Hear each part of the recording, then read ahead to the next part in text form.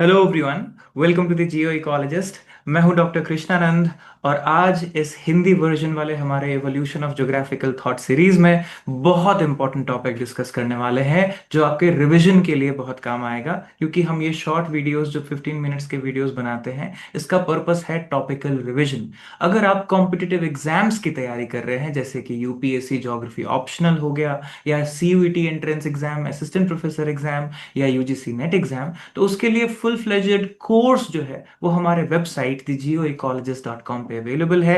और study materials अगर आपको सिर्फ चाहिए तो वो geographyebooks.com पे अवेलेबल है। दोनों वेबसाइट की लिंक हमने डिस्क्रिप्शन में डाल दी है, वहां पे आप चले जाइए और अपने सुविधा अनुसार आप पूरी कोर्स भी ले सकते हैं। और ये यूट्यूब वीडियोस को आप रिवीजन के लिए इस्तेमाल जरूर करिए, लोगों से शेयर भी करिए, और प्लीज कमेंट करके हमें बताइए कि आप कहाँ से इन वीडियोस को देख रहे हैं।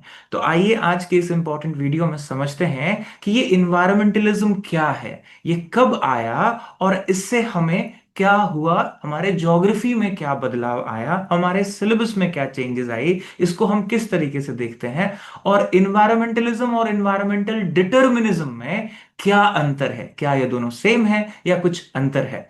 तो इसको आखिरी तक जरूर देखिए आप, और प्लीज इसको ज्यादा से ज्यादा लोगों में शेयर जरूर करिए। तो आइए सीखते हैं इन्वायरमेंटलिज्म इन ज्योग्राफी।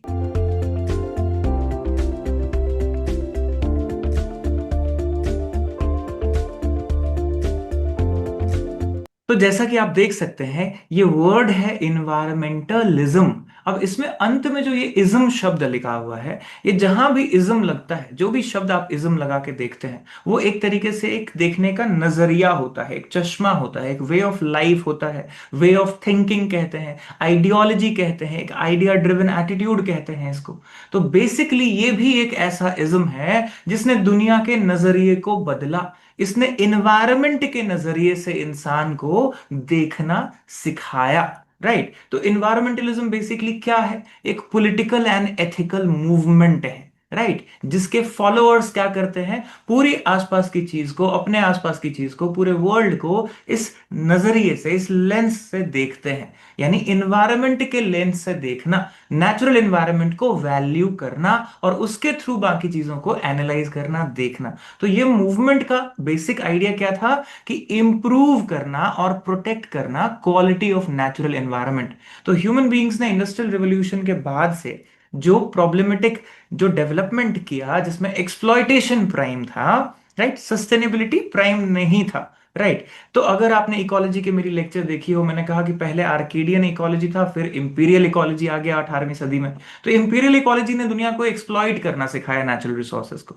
तो उसका जो हार्मफुल इंपैक्ट हुआ, उससे रेट्रोस्पेक्ट में आदमी ने सोचा कि हमें क्या करना चाहिए नेचर को बचाने के लिए। तो ये जो स्टेप आया, ये एक मूवमेंट बन गया 1970s आते आते। यानी वर्ल्ड वॉर टू के बाद अगले 15-20 साल में दुनिया ने और ज्यादा डेवलप किया, बहुत फास्ट पेस पे। तो नेचुरल रिसोर्स पे प्रेशर पड़ा।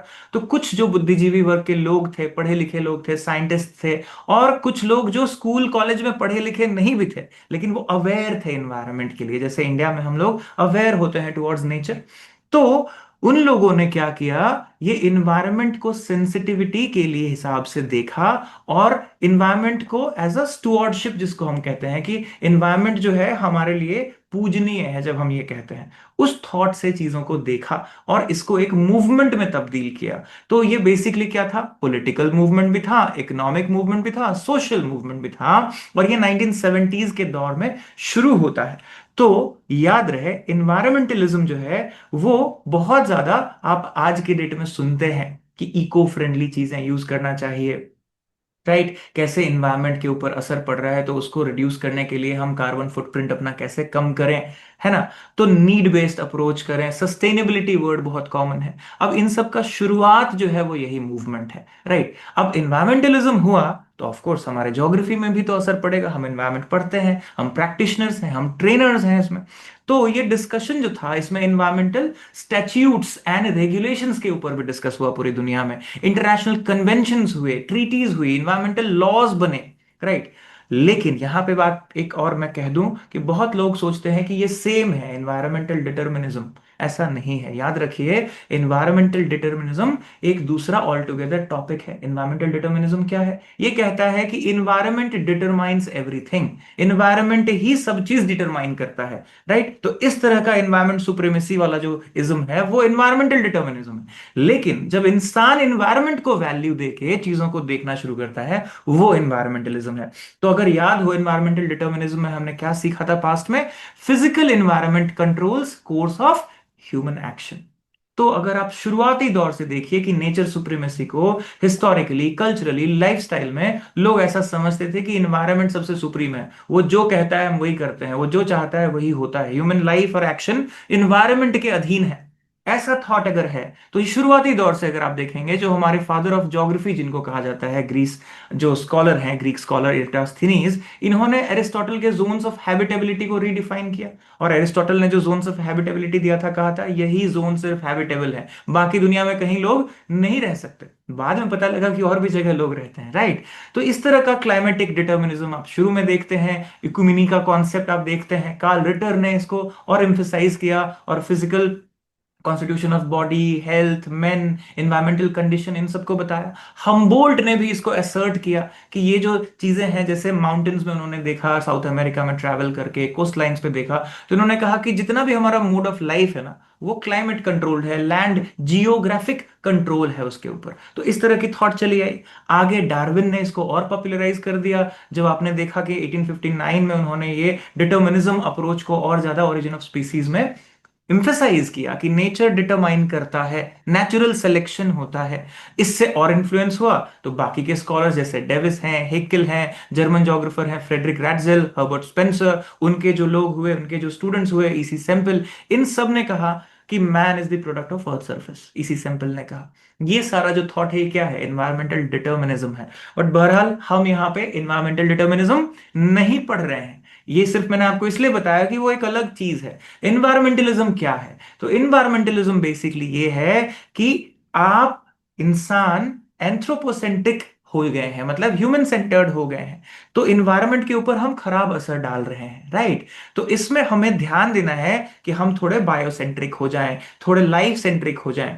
तो यहां पे आप देखिए, दो इंटेलेक्चुअल कैंप्स में डिवीजन होता है 1970s में, राइट। कुछ कहते हैं कि एंथ्रोपोसेंट्रिक डेवलपमेंट ही इंपॉर्टेंट है, कुछ कहते हैं कि लाइफ सेंटर्ड इकोलॉजिकल अप्रोच होना चाहिए। तो इसी से आप देखेंगे कि कुछ ब्रांचेस इकोलॉजी में आई, शैलो इकोलॉजी, डीप इकोलॉजी, ये सब 1970s में आपको देखने को मिलेगा, उससे पहले नहीं मिलेगा। टेक्नोसेंट्रिज्म, इकोसेंट्रिज्म, ये जो वर्ड्स आप सुनते हैं, ये सारा एनवायरमेंटलिज्म के अम्ब्रेला के अंदर ही आता है। तो बेसिक आइडिया क्या था कि एंथ्रोपोजेनिक एक्टिविटीज क्या करता है? नेगेटिव इंपैक्ट डालता है एनवायरनमेंट के ऊपर। ह्यूमन बींग्स के असर से क्या हो रहा है? एनवायरनमेंट खराब हो रहा है। तो एनवायरनमेंट को बेटर करने के लिए ह्यूमन को अपना ध्यान देना पड़ेगा। Health, recreation, quality of life, हर चीज जो है से जुड़ा हुआ है।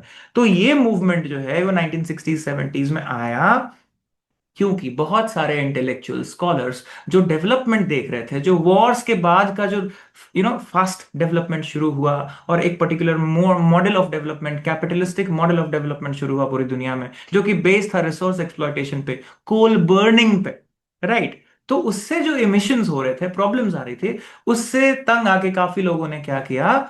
लिखा। तो उसमें आप कुछ किताबों का नाम देखिए, क्या लिखा गया 1960s में? Civilisation malaise, right. उसके बाद आप देखिए, रेचल कार्सन का बहुत फेमस किताब है 1962 का, जिसका नाम है silent spring, right. Garrett harden का किताब है ट्रेजेडी ऑफ कॉमन्स 1968 में। पॉल एनरिक्स बुक है द पॉपुलेशन बॉम्ब। फिर है डोनेला मिडोज और का जो मिडोज एंड मिडोज का रिपोर्ट है, जो लिमिट्स टू ग्रोथ की तरफ पब्लिश हुआ। अच्छा, इकोनॉमिक ज्योग्राफी में लिमिट्स टू ग्रोथ मैंने अलग से एक वीडियो बनाई हुई है, तो वो भी आप देख सकते हैं। एडवर्ड गोल्डस्मिथ का ब्लूप्रिंट फॉर सर्वाइवल, आप गौर करिए इसका टाइमलाइन, ये सब 60s एंड 70s है। एक तरफ America, Vietnam war, cold war, इन सब से बहुत सारा इश्यूज चल रहा था अलग, राइट। दूसरी तरफ दुनिया में और जगह भी इतने वॉर्स हो रहे थे, सब कॉन्टिनेंट में हमारे इतना हो रहा था, Indo China, Indo Pakistan war, and famine, food insecurity, ये बहुत कॉमन था 60s में। तो इन सब से बाहर निकल के लोगों ने सोचा कि इंसान अपना ही एग्जिस्टेंस को कट कर रहा है। तो इन्वायरमेंट के प्रति सजग होने की जरूरत है, कृतज्ञ होने की जरूरत है। दैट्स व्हाट इन्वायरमेंटल स्टुअर्डशिप मींस, कि आप ये फील करिए कि इन्वायरमेंट से जो हमें रिसोर्सेज मिल रहा है वो हमारी भलाई के लिए मिल रहा है। राइट, तो उसको हम कैसे सस्टेन करें। तो ये जो थॉट है ये धीरे धीरे ऐसे ही राइटिंग से निकल के आया, क्योंकि वर्ल्ड एपोकैलिप्स की तरफ जा रहा था। तो दूसरे लिटरेचर्स जो आए वो सर्वाइवलिस्ट लिटरेचर आए। आप मूवीज देखेंगे 1970s में, rise of James bond and others, वो सेव करता है ह्यूमैनिटी को, प्लैनेट को सेव करता है, क्योंकि एपोकैलिप्स की जो बात हो रही थी कि दुनिया खत्म हो जाएगी लिमिट्स टू ग्रोथ के बाद, ये सब बातें चल रही थी। तो इससे क्या हुआ, लोग थोड़े अवेयर हुए, सजग हुए। तो लोगों ने इस पे क्या किया, लोगों ने काम करना शुरू किया, एनवायरनमेंट के प्रति सजग होना शुरू किया। अब 1971 रामसार कन्वेंशन से लेकर पेरिस एग्रीमेंट तक देखेंगे तो हमने कितने कॉन्फ्रेंसेस, कितनी ट्रीटीज कर डाली, ये सारा एनवायरमेंटलिज्म के अंदर ही आता है। Looking towards environment through the human lens and environment lens combined, मतलब आप अपने चश्मे से एनवायरनमेंट को देखिए, वो एक चीज है, लेकिन आप एनवायरनमेंट के चश्मे से ह्यूमैनिटी को देखिए, ये है एनवायरमेंटलिज्म। तो इसके काउंटर आर्ग्यूमेंट्स भी आए, कुछ लोगों ने कहा, जैसे जूलियन सिमन और खान का वर्क है रिसोर्सफुल अर्थ, उन्होंने कहा कि ह्यूमैनिटी की जो एबिलिटी है टू इन्वेंट सब्स्टिट्यूट्स वो बहुत स्कार्स है, और डेंजर है हम एग्जॉस्टेड ना हो जाएं, हम खत्म ना हो जाएं। तो ये सब चीजें भी आई। और वर्ल्ड में पहली ग्रीन पार्टीज बनी, देखिए आप, the values party, right, New Zealand में बनी। Tasmania group, United Tasmania group, organised Australian state of Tasmania में। अब ये सारे ग्रुप्स पॉलिटिकल पार्टीज बन गया एनवायरमेंट मुद्दे पे। अब आज कितने पॉलिटिकल पार्टी हैं, क्या आप मुझे बता सकते हैं किस पार्टी का मैनिफेस्टो में आप इन्वायरमेंट सुप्रीम देखते हैं, अगर हो तो बताइएगा। और first explicitly green member of a national legislature was elected in Switzerland 1979। अब जिन कंट्रीज की हम बात कर रहे हैं यहाँ पे, जिन्होंने एनवायरमेंट के आधार पे अपनी पॉलिटिकल पार्टी बनाई, आज आप देखिए उन कंट्रीज का एनवायरमेंट कितना अच्छा है। न्यूजीलैंड आप चले जाइए, तस्मानिया में देखिए, स्विट्जरलैंड में देखिए, these countries are known for good environment.